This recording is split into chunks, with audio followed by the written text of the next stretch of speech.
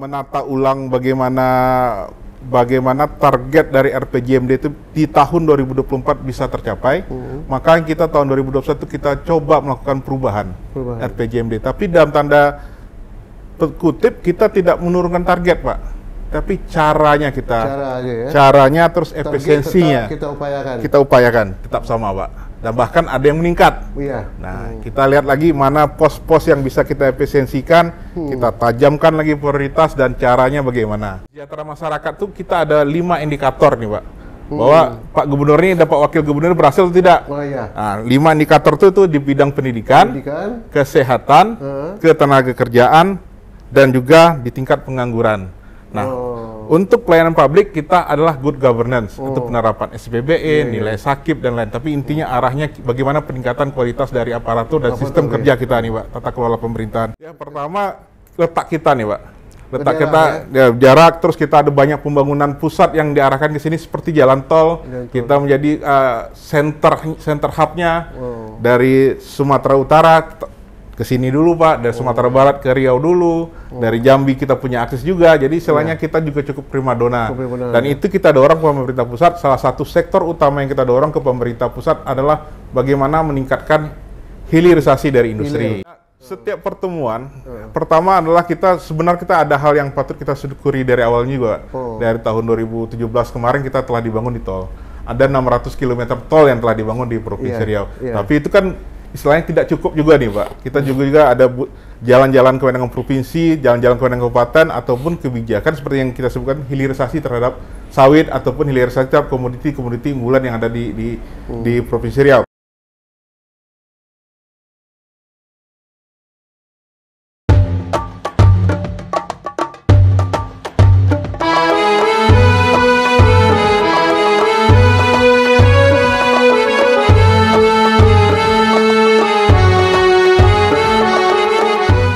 Kemudian Pak Serial kan nampak Pak Serial. Kebutuhan yang diperlukan ini kan walaupun tadi Bapak sudah maksimal meningkatkan ini ya. Masih kurang juga. Masih kurang nampak lagi ya. Coba Pak Serial. Baik, nah kami menyadari, alhamdulillah tadi sudah dijelaskan oleh kawan, kita memang di TAPD selalu mendiskusikan hal-hal tadi. Apa patokan kita RPJMD, kemudian mana yang menjadi prioritas gubernur. Kita sama-sama tahu kemarin keterpurukan ekonomi segala macamnya. Nah sekarang kita boleh dibilang bangkit lagi lah. Bangkit lagi, dan strategi yang dulu pernah kita buat yang tertunda, sekarang kita implementasikan satu persatu. Nah kami juga di Bapenda, saya katakan tadi kami bikin patokan di 5,4 nanti ke depan itu juga bukan sesuatu yang tiba-tiba ujuk-ujuk, tapi kita punya rencana jangka panjang. Nah, kenapa kita desain di 5,4 di tahun 2022? Karena ada beberapa strategi mungkin yang kami mulai kejar. Jadi kan setidaknya ada 2 klaster tadi, pendapatan asli daerah dan dana transfer. Itu intinya kita. Nah, untuk pendapatan asli daerah mungkin nanti saya kesampingkan dulu. Kita ingin kejar di transfer tadi. Transfer itu ya. Karena kami juga artinya karena banyak mungkin pihak mungkin yang kemudian mengartikan kemandirian fiskal tadi seolah-olah kita tak butuh transfer. Siapa bilang kita tak butuh transfer? Justru itu untuk meningkatkan lagi. Ya, kita ingin sih sebenarnya nggak ada masalah. Kalau transfer pun lebih besar dari PAD, kita tidak senang sekali gitu. Nah, ya pengertian itu yang perlu duduk. Nah, jadi artinya walaupun kita ngejar transfer, kita tidak biarkan transfer ini turun gitu. Nah, oleh karena itu tadi Rakornas kita buat untuk optimalisasi dalam perspektif daerah penghasil, kemudian kita coba transparansi perhitungan dana bagi hasil, itu kita baru bicara di Migas kemarin. Nah ini ada sesuatu yang baru untuk Riau lagi nih, mudah-mudahan ini berkah juga. Dana bagi hasil sawit. Nah, itu sedang dalam proses sekarang kan? Jadi ini dana bagi hasil sawit sendiri, dari kebijakan dari pemerintah pusat itu alhamdulillah sudah terakomodir. Sudah terakomodir di dalam Undang-Undang HKPD. Jadi ada 2 hal di sana, Yanda. Tentang sawit itu ada dua pasal di sana. Satu pasal 88 Undang-Undang HKPD itu terkait dengan retribusi sawit. Nah, retribusi sawit ini saya sudah kumpulkan kepala Bapenda Seriau, Kabupaten Kota, juga Dinas Perkebunan mendiskusikan ini. Nah, retribusi apa? Layanan apa? Karena kami memandangnya begini, retribusi sawit ini idealnya kabupaten kota nih. Karena kan lahan-lahan itu ada di kabupaten kota. Nah, Gimana kita bisa kejar ini? Layanan dari hulu ke hilir industri sawit itu bisa dilayani oleh pemerintah daerah dan kemudian dimanfaatkan oleh petani, masyarakat yang berbisnis di sawit, kemudian memberikan PAD dalam konteks retribusi. Entah menimbangnya, entah panennya, entah angkutannya, atau mungkin bisa jadi bibitnya. Nah, jadi layanan-layanan itu termasuk pengawasan juga bisa di sana dilakukan oleh pemerintah daerah. Oh, itu retribusi. Misalnya ada persaingan harga dan segala macamnya mungkin bisa dikendalikan di sana. Nah, itu bisa menjadi layanan retribusi. Nah, itu yang terkait retribusi di pasal 88. Kemudian ada satu pasal lagi nih yang heboh selama ini, pasal 123. Nah, pasal 123 ini adalah bagi hasil sawit. Nah, kalau di situ itu dari hasil CPO tuh ya. Nah, jadi bagi hasil sawit ini perhitungannya, keinginan kita daerah penghasil sawit itu adalah perhitungan yang selama ini dijadikan oleh pemerintah pusat itu menjadi PNBP, yaitu bea keluar dan pungutan ekspor. Nah, kita kan Riau di Dumai itu pelabuhan ekspor. Nah, jadi kan kita bisa tahu ini berapa pungutan ekspor yang diperoleh, berapa bea keluar yang diperoleh. Jadi sebenarnya perhitungan itu dari sana yang kita minta awal. Nah, jadi tapi sekarang ini kan sudah jadi domainnya BPD PKS, Badan Pengelola Dana Kelapa Sawit. Nah, oke, tidak ada masalah dengan kita. Tapi kalau kemudian kita kan berharap itu menjadi pajak supaya bisa dibagi hasilkan. Ini tak sama dengan sistem migas ya? Oh, beda ya, Anda. Ya? Karena sudah dijadikan PNBP. Jadi pungutannya pemerintah pusat. Tapi tidak bisa dibagi hasilkan. Kalau yang bisa dibagi hasilkan itu kan pajak. Iya, pajaknya. Nah, pajak. Kalau dia jadi objek pajak, itu dibagi hasilkan seperti PPh 21, pajak penghasilan. PBBP 3 dulu namanya, sekarang namanya PBBP 5. Nah, itu kita dapat bagi hasilnya. Tapi kalau di PNBP kan itu kita tidak dapat bagi hasilnya. Apa bentuknya? Nah, jadi makanya kita ingin sebenarnya itu menjadi perhitungan yang bisa menjadi faktor dalam perhitungan bagi hasil. Nah, samalah halnya begini. Jadi ini jadi ada mekanisme bagi hasil yang ada perhitungannya sendiri dan kita minta itu transparan. Nah, beriring dengan migas. Tapi ada hal lagi yang sudah terjadi. Kalau itu kita anggap bahasa pendapatannya ekstensifikasi lah. Sekarang ada intensifikasi yang sebenarnya bisa kita lakukan. Contohnya begini, kita Riau tahun 2022, alhamdulillah Pak Gubernur berhasil mengkoordinasikan semua bupati wali kota se-Riau itu untuk membuat perjanjian kerjasama tripartit. Artinya ada tiga pihak. Satu, kepala daerah, dalam hal ini Gubernur dan Bupati se-Riau, kemudian Dirjen Pajak, kemudian Dirjen Perimbangan Keuangan. Tiga tripartit. Salah satu contohnya konkretnya perjanjian ini adalah sektor perkebunan misalnya. Kita tahu sektor perkebunan itu tidak ada kewenangan dari provinsi maupun kabupaten kota. Hanya izin usaha perkebunan IUP dikeluarkan oleh kabupaten kota. Kalau itu di wilayah kabupaten. Itu izin prinsip aja tuh ya. Kalau di lintas provinsi berarti. Nah, pajak bumi bangunannya itu masuk pajak yang kewenangan pusat. Dilakukan oleh Dirjen Pajak. Nah, Pak Gubernur sering bilang ini, sawit di Riau itu 3,8 juta hektar. Pertanyaannya, ini kalau kita mau menggali intensifikasi ini, karena kita kan dapat data juga ya. Benarkah secara luasan pajak bumi dan bangunannya sudah dibayar 3,8 juta hektar tadi? Kenapa kita bertanya seperti itu? Karena wajar. Kalau betul 3,8 juta hektar itu bayar pajak bumi dan bangunan, berarti bagi hasilnya juga besar ke kita. Tapi faktanya apa? Faktanya ternyata tidak semua yang jadi kebun di Provinsi Riau ini bayar pajak bumi bangunannya sektor perkebunan. Tidak semua tambang di Riau ini yang bayar pajak bumi bangunannya. Yang itu miliknya daerah. Nah, wilayahnya daerah. Gitu. Daerah. Nah, ini yang kami coba dengan perjanjian kerjasama tripartit tadi kita bisa tukar data. Nah, baru bayar hanya 1 juta. Kenapa baru bayar 1 juta? Ada 1 jutanya lagi dalam kawasan hutan. Ada 1 juta lagi yang tidak ada izin misalnya. Nah, proses ini yang kita inginkan ke depan. Nah, tidak ada izin kenapa? bertele-tele izin dan segala macamnya. Kita bantu fasilitasi. Kita punya PTSP, kita punya PTSP kabupaten kota. Nah, pertambangan begitu juga misalnya. Ada apalagi sekarang batu bara lagi happy sekarang di harganya. Ya ada proses di bandar, ada namanya izin usaha pertambangan, ada izin usaha pertambangan khusus, termasuk angkutan pertambangan itu juga ada IUP-nya. Nah, ini yang kita kejar, yang seharusnya berkontribusi kepada daerah dalam bentuk royalti kepada daerah dan PNBP tadi. Nah, kalau misalnya kita bisa bantu dalam hal ini Kanwil pajak. Berapa izin yang dikeluarkan oleh pemerintah daerah? Kita share. Tadi sebaliknya perlu data kita tuh? Perlu. Kita punya pasti kabupaten kota data itu. Nah, terus dicek kesesuaian izin.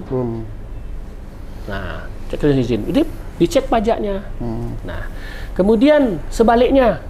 Kalau dulu kita agak sulit nih, Bapenda ini kan pajak kendaraan bermotor. Sulit nih mengecek di perusahaan-perusahaan tuh betul tak ada mobil besar-besar mengangkut. Iya. Nah, kita bisa cek nanti di Kanwil. Punya tangki penimbunan enggak dia BBM? Berarti kalau perusahaan misalnya pabrik kelapa sawit atau apapun itu punya tangki penimbunan, berarti di sana ada penggunaan bahan bakar. Pajak provinsi. Nah, pertanyaannya beda lagi nih. Bahan bakar digunakan untuk mesin produksi kah? Atau bahan bakar digunakan untuk kendaraan? Itu beda lagi pajaknya. Beda lagi ya. Nah, sekarang kita bisa tahu dari perizinan atau dari pajak yang dibayar dari produksi mereka, benarkah kapasitas? Misalnya apa nih? Pabrik kertas, pabrik bubur kertas, semacam RAPP atau Indah Kiat, atau pabrik sawit CPO. Itu kan bisa volume penggunaan terhadap mesin produksi tertentu, kita bisa hitung. 1 ton kelapa sawit itu kalau diolah berapa airnya dipakai? Airnya air apa? Air tanah kah atau air permukaan? Itu harus kena pajak. Nah, kena pajak, ada pajaknya. Nah, jadi pertukaran data ini penting menurut kami. Dan ini yang kami sedang siapkan. Alhamdulillah Seriau, kabupaten kotanya sudah berperjanjian kerjasama. Sudah ya. Nah, kendaraan betul tak? Nah, kita bisa cek. Kalau dulu kan kita harus kejar kendaraan. Sekarang kita dari data, kan udah tahu, dia punya kendaraan dengan tonase sekian. Ini berarti pajaknya udah bisa kita ketahui lebih dahulu. Bahkan ke nama-nama pemiliknya kita sudah bisa akses hari ini. Nah, itu pentingnya menurut kami kita sinergi dan kolaborasi dengan kabupaten kota dan juga dengan Kanwil Kementerian Keuangan. Instansi vertikal ya. Vertikal. Yang ada di Riau ini. Alhamdulillah hubungan kita ya cukup bagus nampaknya. Dan itulah yang sedang diapa sekarang yang mengungkit kan, potensi-potensi yang tadi. Jadi mereka juga ikut menunjang kita juga ya, artinya seperti pajak ya. Dan kita juga, contoh seperti ini, mereka butuh data PPh pasal 21. Jumlah pegawai negeri di Riau ini berapa? Sebenarnya pajaknya itu kan kita masuk ke PPh. Nah, kita kasih nih OPD ini sekian pegawainya, OPD kita kasih sama mereka. Mereka juga yang mendapat nikmati, kita dapat lagi hasilnya. Jadi luar biasa sinergi dan kolaborasi. Nah, inilah potensi yang intensifikasi menurut kami perlu digali. Mencari yang tersembunyi di dalam proses itu gitu. Kita buka satu-satu supaya lebih banyak manfaat. Jadi ada timbal balik ya? Ada timbal balik. Kepentingan dia juga dan kepentingan kita. Kepentingan kita juga. Jadi berkolaborasi tadi. Kolaborasi dan sinergi. Nah, itu yang kami yakini berikutnya. Kalau ekstensifikasi tadi tuh ya, misalnya tadi ada potensi bagi hasil, sesuatu yang baru. Nah, sekarang alhamdulillah kami diinformasikan dan kami sampaikan di dalam forum rapat koordinasi kemarin oleh Dirjen Perimbangan Keuangan bahwa untuk tahun 2023 yang berjalan ini itu alokasi pagu bagi hasil sawit itu sudah ada di APBN, sudah diketok palu. Kalau tak salah 3,8 triliun angkanya. Jadi duit dah ada. Itu yang mau diapakan ya? Cuma regulasi alokasinya belum ada. RPP-nya Riau dapat berapa, ini dapat berapa, apa dasar perhitungannya? Itu dari Kementerian Keuangan? Ya, sudah ada di APBN, sudah diketok palu. Sudah untuk palu ya. Nah, artinya kita punya harapan dalam tahun 2023 berjalan, kita dapatlah. Nah, ini kita komunikasikan terus. Gubernur sudah 2 kali bersurat meminta formulasi perhitungan itu. Kita minta 90 untuk daerah, 55 kabupaten kota, 35 aja provinsi, tak masalah. Nah, tapi 10 aja pusat. Nah, mudah-mudahan dikabulkan. Baik Pak Serial, luar biasa nih kerja keras Pak Serial dalam rangka meningkatkan pendapatan daerah kita ya. Mudah-mudahan apa yang menjadi perjuangan kita sama-sama ke pemerintah pusat sehingga tidak ada nanti kesenjangan lagi ya. Dan pusat harus betul-betul mempedulikan Riau lah ke depan ini ya. Ya, dan kita juga minta dukungan dari mungkin bapak-bapak kita anggota DPR RI asal Riau, ya, terutama DPR RI ya. DPD asal Riau ikut mendopang dan ikut menyolok lah kan. Ya, pejabat-pejabat asal Riau yang di pusat, insya Allah kita siap gitu kan. Kemarin kita sudah suplai bahan-bahan ke anggota DPR RI kita. Siap mereka kita. Supaya anggota dewan betul-betul pedulilah dengan apa menjadi program pemerintah daerah Provinsi Riau. Pasti ya. Baik, terima kasih Pak Syahrial. Mungkin terakhir Pak Andi ada hal yang masih tertinggal? Iya Pak, ada beberapa hal yang sangat penting Pak. Pertama, Riau ini, hasil pembangunan Riau ini adalah akumulasi dari kabupaten kota Pak. Pertumbuhan ekonomi Riau yang tinggi saat ini 4,63, tapi itu merupakan akumulasi daripada masing-masing kota ya. Ikut sama-sama ya. Kemiskinan yang makin turun sehingga mencapai angka 4% nih Pak. Itu juga dari kabupaten kota juga. Dan juga pengangguran dan lain. Nah, upaya apa yang harus kita lakukan adalah bagaimana kita mensinergikan, mensinkronkan semua program kegiatan agar semuanya tepat sasaran, Pak. Ya, betul. Apa yang kita butuhkan. Jadi artinya tidak berjalan sendiri. Berjalan sendiri-sendiri. Yang kabupaten menurut selera dia. Betul, Pak. Yang provinsi begini. Betul, Pak. Tak cun jadinya kan. Nah, ini juga upaya kita di Bapedalibang hampir sepanjang tahun kita lakukan pembahasan dengan kabupaten kota, apa sih yang sebenarnya menjadi isu-isu kita, permasalahan kita, dan kita harus kompak, kita angkat ke pusat. Nah, ini juga tiap tahun ada 5 isu strategis yang kita sampaikan ke pemerintah pusat, khususnya untuk Riau. Pertama, kita butuh hilirisasi, Pak.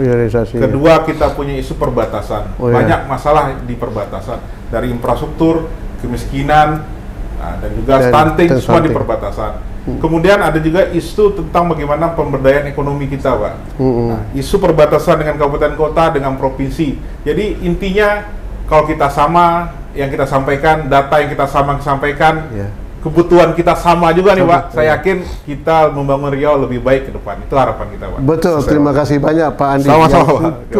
Yang itu kuncinya itu ya. Bagaimana Riau bisa bersama-sama, kita harus sama-sama ya, memikirkan itu. Tidak masing-masing menurut selera masing-masing. Baik, terima kasih Pak Syahrial. Luar biasa Pak. Sebenarnya memang ada yang banyak lagi yang mau kami sampaikan. Termasuk ada nih kebijakan baru Pak Gubernur. Apa nih Pak? Tadi kan Nanyo tadi terima kasih. Iya. Aduh, bolehlah waktu lagi sedikit lagi ya. Boleh silakan. Channel sekali ini bolehlah durasinya lebih sedikit. Boleh. Pertama transparan nih. Pertama begini. Kami mau sampaikan satu. Kami konkret hari ini, bagaimana cara kami mengoptimalkan pendapatan kendaraan bermotor.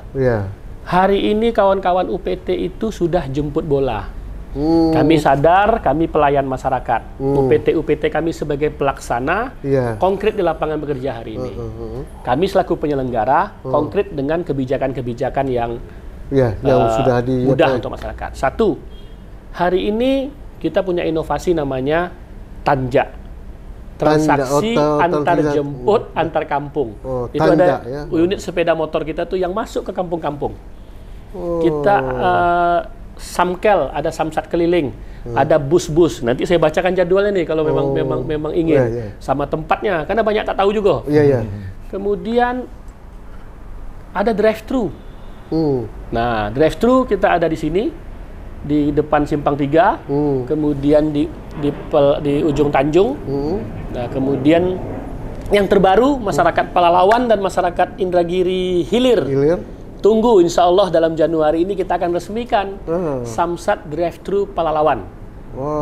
Jadi bersama Pak Gubernur, Pak Kapolda, dan Pak Bupati Pelalawan sudah menunggu. Di Lapangan Pangker, lokasinya di Lapangan Pangker, Pangkalan Kerinci. Lapangan Pangkalan Kerinci. Namanya Lapangan Pangker. Di Inhil, insya Allah juga sudah siap. Tinggal nunggu jadwal Pak Bupati, kapan Pak Gubernur dan Pak Kapolda bisa di sana. Kemudian inovasi kami hari ini, kawan-kawan UPT itu goes to kampus. Ke kampus. Ke kampus-kampus. Kami tak mau ada dosen atau ada mahasiswa yang meninggalkan kuliah waktunya hanya untuk bayar pajak. Kami yang datang ke kampus. Ada layanan kampus. Kami masuk ke rumah sakit, kami tak mau dokter dan orang sakit menunggak pajak atau habiskan waktu tak bisa melayani orang sakit hanya karena bayar pajak. Kami siapkan layanan di rumah sakit. Nah, jadi itu hari ini yang kami lakukan. Jadi kawan-kawan UPT ini jadwalnya. Jadi istilahnya tidak ada keterlambatan lagi sekarang. Tidak ada. Iya. Dan kami buktikan semakin banyak titik-titik kami melayani, jemput bola akan semakin mudah masyarakat mengakses. Jadi masyarakat kita ini bukan tak mau bayar pajak. Bukan. Dia cuma dia habis waktu. Ya. Dia juga bekerja cari nafkah. Masa habis waktunya untuk bayar pajak. Ya. Jadi kita yang mendekatkan. Jadi ini ada jadwal samsat keliling Simpang 3.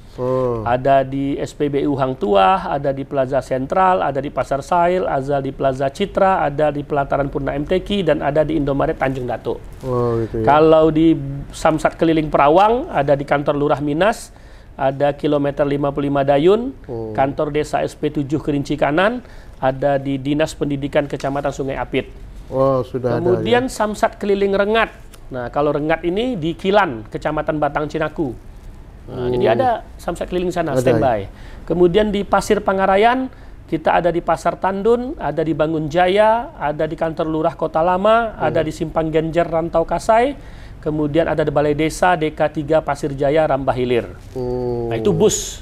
Sudah diapakan lokasi-lokasi ya? Kalau sepeda motor tadi, samsat tanjak kita ada di Perawang, Siak, Sindrapura, Simpang 3 dengan jadwal. Nah, harus disampaikan di masyarakat biar tahu masyarakat. Ya. Untuk di Perawang, Senin, Selasa, Rabu, Kamis masing-masing di kantor desa Kecamatan Tualang, kantor desa Meredan Barat, perumahan KPR 1 dan kantor desa Kecamatan Tualang. Untuk Siak, Sri Indrapura, Senin, Selasa, Rabu, Kamis masing-masing di kantor Camat Bungaraya, kemudian kantor koordinasi wilayah bidang Dikbud Sungai Apit, Kecamatan Sungai Apit, dan kantor Camat Dayun. Kemudian untuk Simpang 3, Rumah Sakit Prima, ada di rumah sakit. Rumah sakit. Kemudian Rumah Sakit Santa Maria, Rumah Sakit Syafira, Rumah Sakit Eka Hospital. Untuk Pasir Pangarayan, depan kantor UPT Pasir, kantor BUMDes DU SKPD Rambah Hilir, kantor Pasar DU SKPA Rambah Samo, BUMDes ke Rambah Hilir, dan UPT Pasir Pangarayan. Untuk Bangkinang, kantor desa Bukit Keratai, kantor desa Kuok, kantor Lurah Batu Besurat, kantor desa Trimanunggal. Untuk Taluk Kuantan, kantor Lurah Pasar Kecamatan Cerenti, dan kantor Kades Sukaraca Logas Tanah Datar. Kemudian Kubang, kantor desa Pandau Jaya. Pandau itu mana-mana, di kantor desanya ada satu.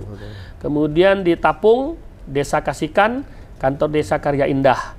Panam, Pasar Selasa, Jalan Subrantas. Jadi ada di Pasar Selasa, Jalan Subrantas. Kemudian Rumah Sakit Awal Bros Panam. Di sana di Panam. Dumai, halaman Wisma Nusantara Dumai. Kantor PPA, Pasar Dumai Timur.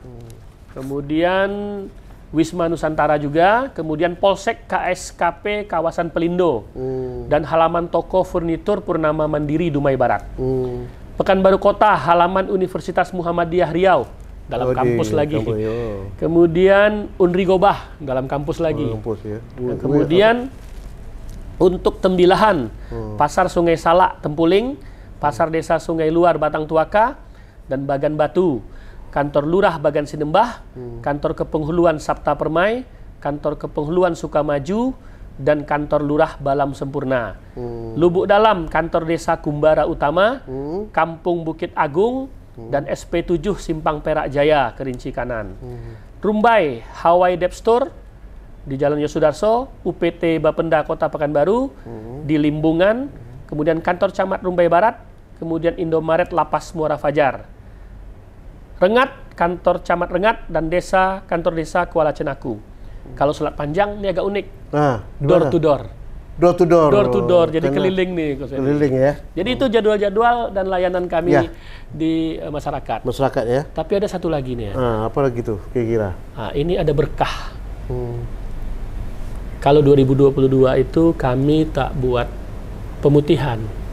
Ya, 2022. Banyak yang bertanya, kok tak ada pemutihan tahun 2022? Memang tak ada pemutihan denda pajak.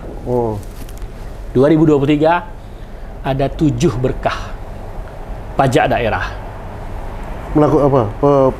Untuk melakukan pemutihan? Iya, 7 macam berkah. Itu perlu diumumkan tuh supaya tahu. Siap. Berarti boleh tambah waktu ya? Iya. 1, Pak Gubernur alhamdulillah sudah mengambil kebijakan, insya Allah akan berlaku di Februari. 1, penghapusan denda pajak kendaraan bermotor. dan penghapusan denda sumbangan wajib dana kecelakaan lalu lintas angkutan jalan. Jadi denda-denda yang ada denda selama ini insya Allah akan kita putihkan. Tinggal pokoknya lagi ya. Pokok pun ada lagi nanti nih. Ada juga. Itu makanya 7 tadi nih. 7 berkah pajak daerah. Silakan. Yang kedua, bebas bea balik nama kendaraan bermotor penyerahan kedua atau BBNKB 2. Jadi kalau ada kita berjual beli antara kita, nah karena ini kami sinyalir, inilah yang menyebabkan orang malas, orang nunggak pajak. Iya. Karena ada biaya. Iya. Balik nama itu ada biaya. Iya. Sehingga KTP masih KTP. Itu juga apa ya? Besok mau bayar besok, cari pula dulu KTP aslinya. Betul. Jadi kita bebaskan biayanya. 0 supaya orang langsung berbalik nama. Mana ya? Jadi dia bayar pajak besoknya. Berikut nanti tinggal apa lagi ya? Tinggal bayar masing. Udah bersih kan? Udah bersih. Sudah 2. Yang ketiga, bebas biaya balik nama kendaraan bermotor mutasi masuk. Dan kendaraan hilang. Lagi luar kembali. Dari luar masuk. Pindahkanlah cepat ke yang masih B, BK, BG, BA, pindah ke BM semua. Free. Nah itu free ya? Oh hebat juga ini. Cepat pindahkan ke BM. Mobil yang dibeli Jakarta tu balik kembali, sudahlah. Dikembali ke BM ya? Baliklah ke BM semua lagi. Free. Silakan. Yang keempat, bebas tunggakan pokok pajak kendaraan bermotor yang lebih dari 3 tahun. Oh gitu ya? Hanya bayar 3 tahun. Oh. Ada yang nunggak dah 7 tahun? Ya. 3 tahun aja bayar.